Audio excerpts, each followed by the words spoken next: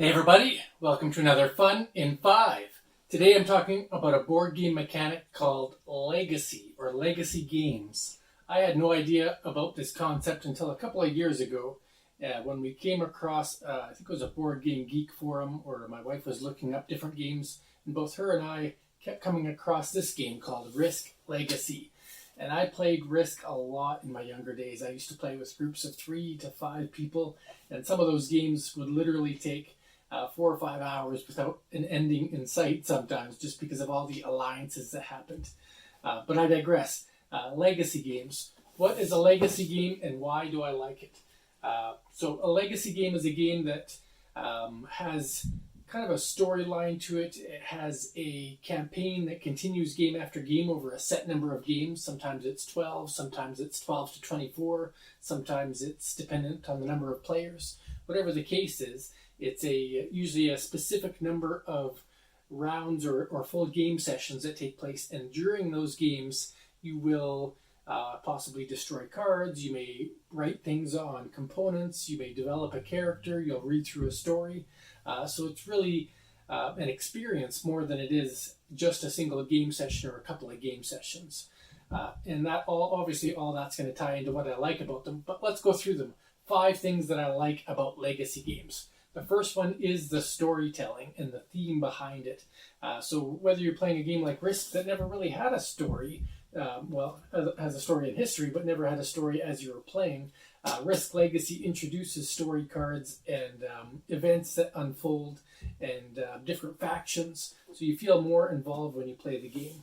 A game like Clank Legacy, normally when you play Clank, you just play a character and plow through a dungeon. In Clank Legacy, there's a whole story campaign book, and you're interacting with Acquisitions Incorporated and doing all kinds of interesting side errands.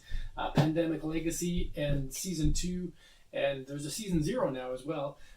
These ones have a very involved storyline that talks about different, I won't get into what it talks about, but it's really neat, the story that unfolds as you're playing these games, and it gives you some different feelings about what's happening and the choices that you make trying to solve the problems in it. And Betrayal Legacy is kind of a beast of its own. It's got a really bizarre, twisted storyline that can be fun to play, but can be a little gruesome at the same time. So we enjoyed that one. But no matter what legacy game it is, the first thing I like about them is that they always have some kind of storytelling aspect to them or a theme to them. They get all the players really involved, whether it's about what they're developing as they're reading or just reading in general. Different people like different things. Second thing I like is the destructive aspect of some of these games. I'll pull an example out here. I've already played through this example, but if I were playing a legacy game and this was a legacy card, I'm using this for prototypes for my own games now, but if this was a legacy card, at some point in the game, I may use the card, or I might be directed to rip the card in half and throw it away.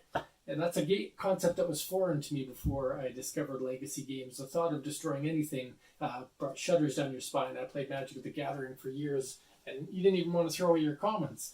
You just felt like you needed to have them. And so that destructive element kind of breaks down a wall that you normally don't cross in board games, and then it opens up your mind to other things that can happen in the games. And so you may be destroying parts of boards, you may be putting stickers over boards, you may be ripping up cards or throwing out characters. Who knows what'll happen in some of these games, but it's just a fun differentiation from a traditional board game. The third thing I like about these games is there's always a definitive end to them. So in most board games, yes, you play a game and it's over. With these games, yes, you play a game and it's over, but the story's not over yet. So some of these games will last quite a long time. Risk Legacy, I think, has 15 rounds that you play and you record them on your board. Clank Legacy, you go through a whole map, double-sided, and get to experience all different things as you're trying to outrank the acquisitions and acquire special quests and goals. In Pandemic, it takes place over 12 months, and every month you can play up to 2 times, so the games can play up to 24 times. And then Betrayal Legacy, I can't remember how many games we are into it now, but it does have a set number as well. Now, most of these games do have a rule set once you're finished the campaign or the story that you could keep playing with the board that you've created or the environment and characters you've created. I can tell you I have not played any legacy game past the final legacy game itself. So I've never played them after we finished because it just didn't feel the same. I didn't think we'd get the same enjoyment out of it. And instead, we just play the board games that are meant to be played as single-play board games. And you might think that's an odd investment choice. Why would I want to spend $40 to $60 or more on a game and know that I'm only going to play it 12 to 24 times? And the reason for that is there's many games that we do end up buying that we play less than that and don't enjoy as much as these. So I think it's worth it. It's kind of like buying a $40 ticket for you and your loved one to go to a movie and just spending the 2 hours watching it and knowing that you're never going to watch it again, probably. So I like that it has a definitive end to the games, and you can kind of feel that progression as you go along and wonder, are we going to unlock this? What can we do? What can we work together to unlock this? Because I really want to know what's in that secret package in the box, because all these games have these concealed packages that you can't open unless you meet certain conditions. All right, the fourth thing I like is that you are developing a character and a team and sometimes the board itself. So in Risk Legacy, for example, we would get to name cities. That felt cool. You got to write right on the board. Or we got to add armor or add special icons and things to cards into your faction. So you felt like you were really growing that army when you got to play it. With Clank, you can develop your individual deck. And then you can also develop cards that everybody can purchase game after game. So that can be neat. How you can influence all future games.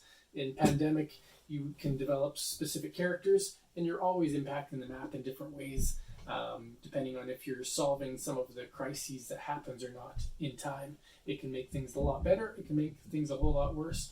And in Betrayal Legacy, you can get weapons with your name on it. You can explore rooms and add stickers to them that will change how the games in the future go. And so that feeling of developing both the board and the game and the characters, it's a nice evolution as you play, and you're excited to get it back to the table to see if what the changes that you've made or your team has made are going to help you in the next game. And then the fifth thing, the last thing I like about, not the last thing, but the last thing I'll talk about that I like about these legacy games is you have a feeling of accomplishment when you do get through.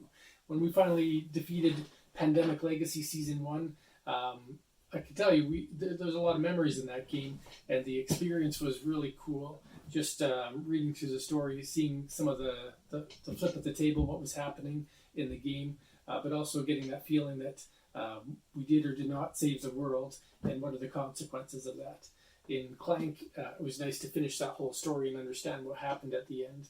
In Risk Legacy, having an ultimate winner didn't matter so much as the moments in the game that we had these epic situations, and I won't describe exactly what they were for fear of breaking it in case you ever decide this one. And this one we had a lot of fun with.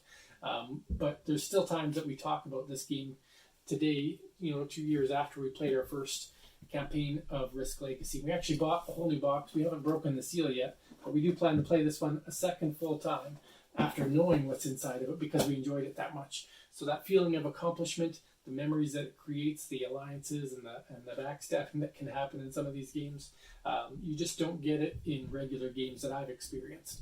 And so that is why I love these legacy games, why we continue to buy and play them, and would encourage you to try one if you've never tried one out of fear of having an investment that goes sour or anything like that. I think it's still worth it. So if you have a favorite legacy game, by all means, let me know in the comments. I would love to hear it. Or if you played any of these and had some epic moments, share them. I'm curious to hear what kind of things you had happen to you. Thanks for watching. Take care.